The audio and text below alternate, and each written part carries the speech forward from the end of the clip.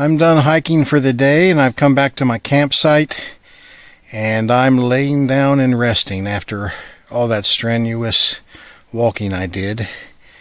And as you can see, my tent front door, it has two-way opening. It opens so you can come in and out, and then it opens so that you have a screen. And so I've got the screen open so I can see outside, and so a little bit of fresh air comes in. What a difference a few hours makes. It was 42 degrees and freezing cold in my tent all night, and now I'm here laying in the tent almost naked. I won't show myself. I do have underwear on. And it is warm and hot. I'm sweating. So it goes, from one extreme to the other. The rain fly on this tent is removable, and I could have screening on all four sides of the tent, but I don't want to go through the hassle of removing the rain fly and then having to put it back on later. So I'll just deal with the heat and see if I can get a little rest, maybe even a nap if I can, and build up my strength to make that big pork steak dinner tonight. All right, we'll catch you on the other side. All right, we've got our Monday night campfire started and going. Did a different style this time. I had been building teepee fires. This one's called a log cabin. You can't really see down below because of that steel fire ring. But there's a couple layers, just like this top layer you see with the big pieces, cross pieces, and then with the little small kindling on top, and then it's stuffed with kindling in between the two big pieces.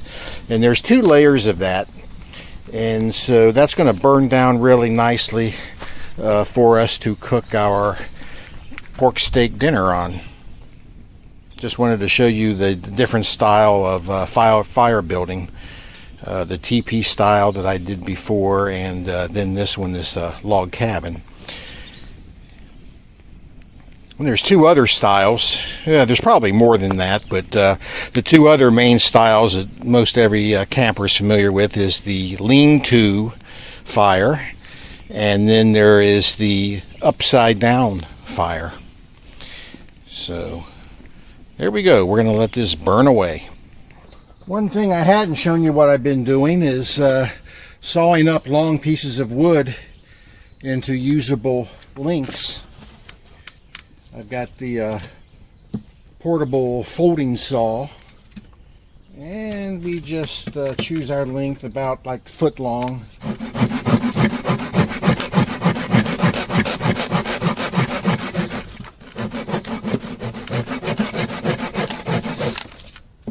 And saw away.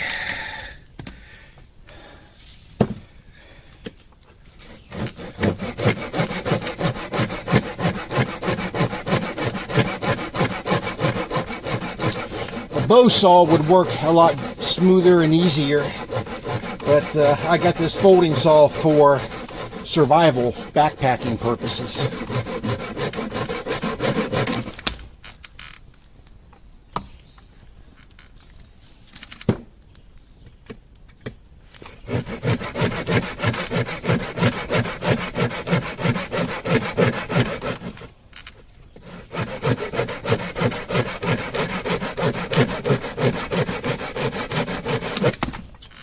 Okay, and so on and so forth. That's how we do that. And that's the folding saw here. There we go. Folds up and fits into a backpack nicely. Okay, that's all for now. Okay, we got a great fire going here. I put a lot of wood on. A lot of it's already burned down, and we got a good bed of coals, but I got to let the rest of this wood burn down so that I can access the coals. And I talk a lot about the fire. You may think I'm obsessed with fire, but when it comes to camping, fire is really one of the most important things. You got to be able to build a fire and maintain a fire. It's for warmth. It's somewhat for safety. It can keep animals away, keep bugs away.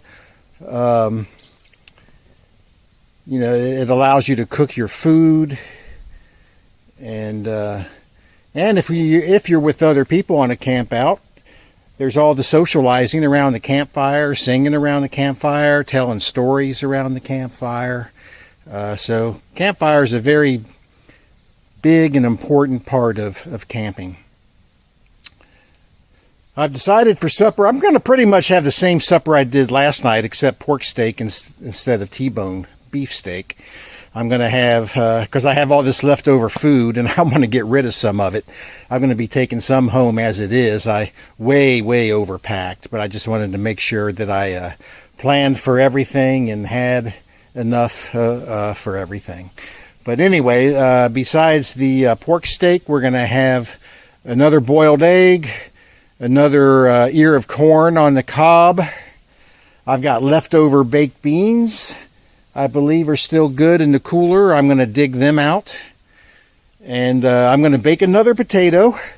Actually, last night's potato, there was nothing wrong with it. It turned out fine. It was just that the peeling totally was carbonated. Or carbonized, I should say. It was just totally black powder. You touch it and it just turned to powder. But the inside was perfectly fine. So I'm going to do another baked potato tonight. Maybe cook it a little less. The crust will probably still be burned, but that's fine. The inside is what counts. So that's just the way you have to bake a potato on a campfire. You have to expect the peeling to be burned. And I think that's it. So I'm just going to continue to let this fire burn down, and once I start cooking, I'll get back with you.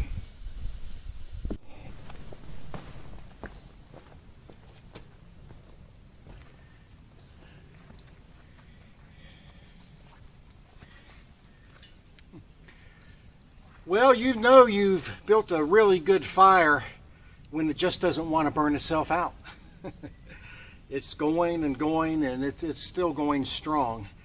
So I think what I'm going to do, I'm going to remove that large piece out of there and then reposition these other pieces, which should drop them down where I can put the grate over here so I can start cooking. So we're going to see how that goes.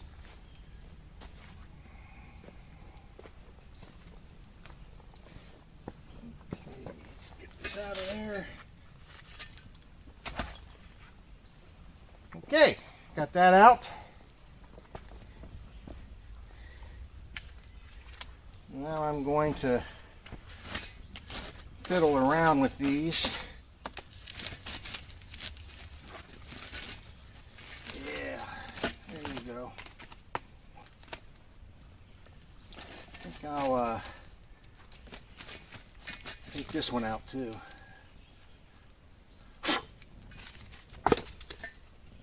There we go.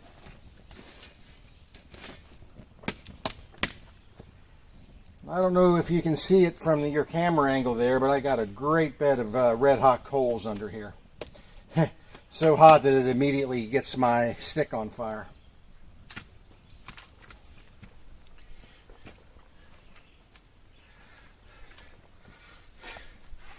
So we're going to set our supports.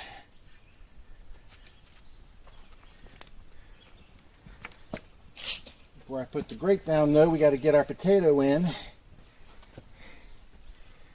Here's our baked potato. Going to stick it down in there and try to bury it underneath the coals. There we go.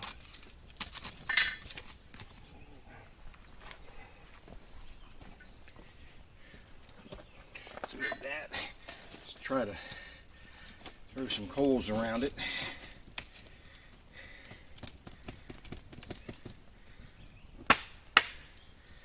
Okay.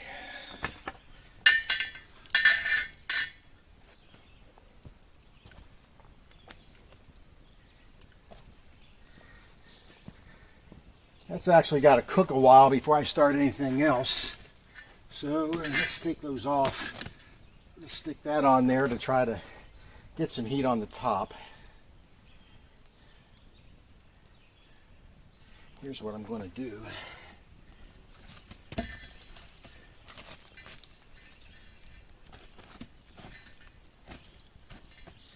There, I got it somewhat buried. Okay, we're going to let that cook a while.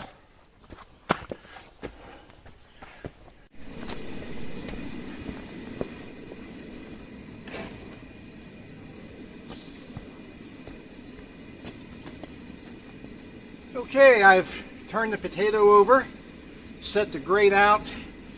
I've got the egg and corn cooking, and also the baked beans, leftover baked beans from last night warming up. And now I'm going to stick on this beautiful pork steak. Look at all that fat. That is going to be so flavorful. And we're going to plop it down at an angle to get some grill marks. I really, I don't care about grill marks. I don't think it's a big deal whether you have them or not, or how perfectly angled they are. All that matters to me is if the meat tastes good. Okay. That is sizzling good, and I can smell it already. I put, for seasonings, all I put on it was salt, pepper, and garlic powder. And then I rubbed it in vegetable oil.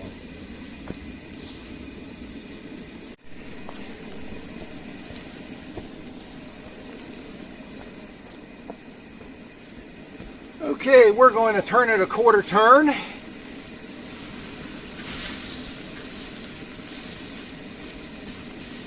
And see if we get those classic grill marks. That's puffing up on me. I'm not going to get grill marks if it's puffed up. I need to cut it.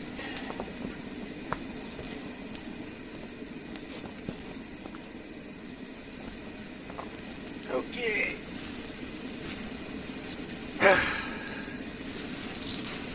Well, let's just leave it alone. Fire's flaming up, so I think I'm going to turn it over. This side, oh yeah, good decision. Got some grill marks. Got a little burn marks there too, but that's okay. It's grilling out. Char is in vogue when you're grilling out, especially on an open campfire. Okay, our pork steak is done. We're going to put it on our plate.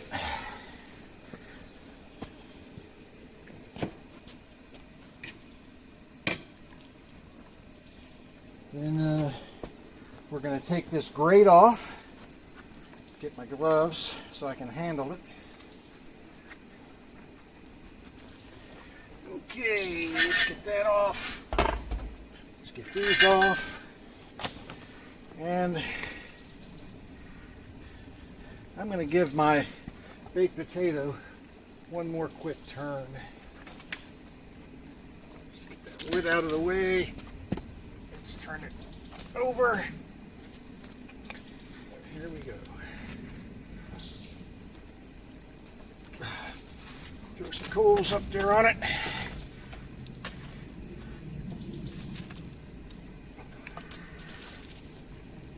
Okay. I'm going to give that a couple minutes and then we'll take that off. Okay, everything's done and on my plate. We got boiled egg and the corn on the cob on the styrofoam plate, and then the pork steak, baked beans, and the baked potato. And again, the baked potato turned out, the inside of it, absolutely perfect. It's soft and fluffy, and the outside, of course, was just all black carbon, and you can see some of the black here on the table where I had laid it and cut it open. But the inside is absolutely perfect. And so no problems at all. So I'm going to take a bite or two for you and let you see how it tastes.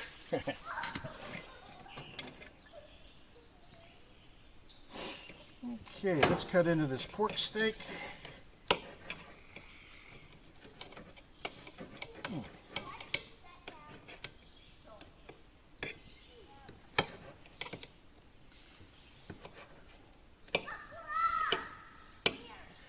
There we go. Pork steak.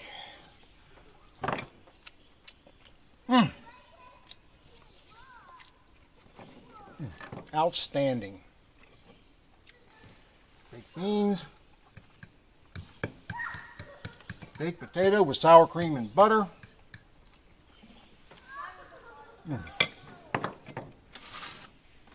Boiled egg sprinkled with a little salt.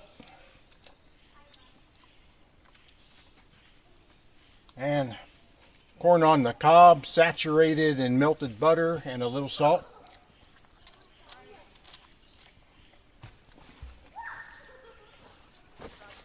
I got a little carbon on my hands too.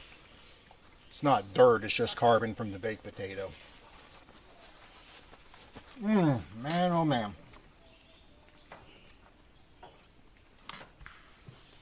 I can't tell you which meal was better. Last night's supper,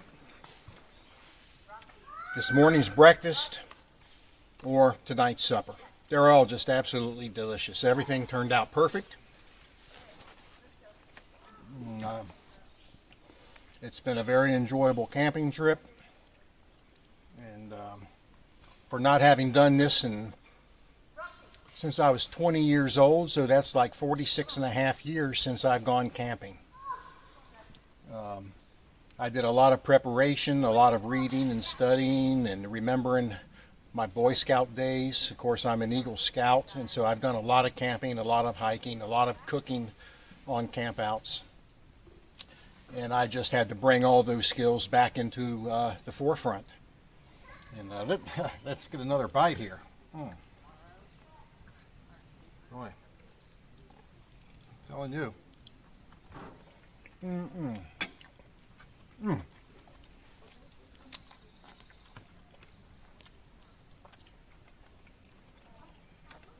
Boiled egg cooked perfectly.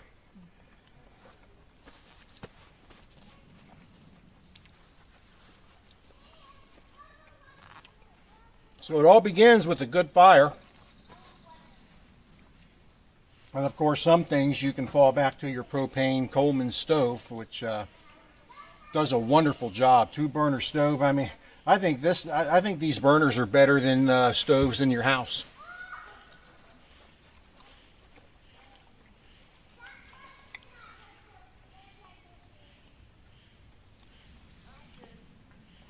So I'm going to turn off the camera now and finish eating. Oh, for dessert, I have pudding cups. I have a vanilla pudding cup and a chocolate pudding cup. And I've been debating all day which pudding cup I want to eat. Maybe I'll eat them both.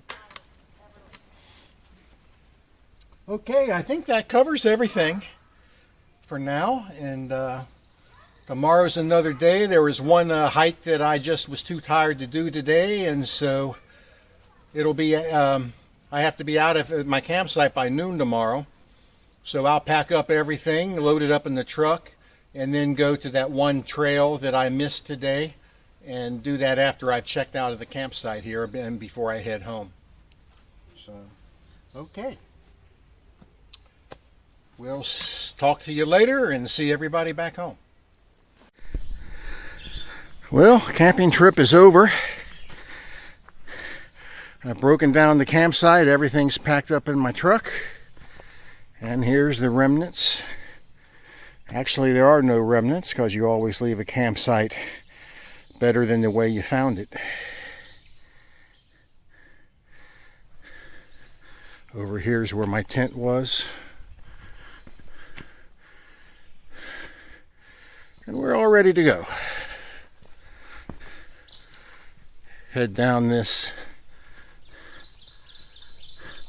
4-wheel drive required road, which I'm going to include some dash cam video. Quite an adventure. Had a great time. Everything worked out well. The only thing that could have been better was my physical strength and medical issues. Could have, I had to deal with. But other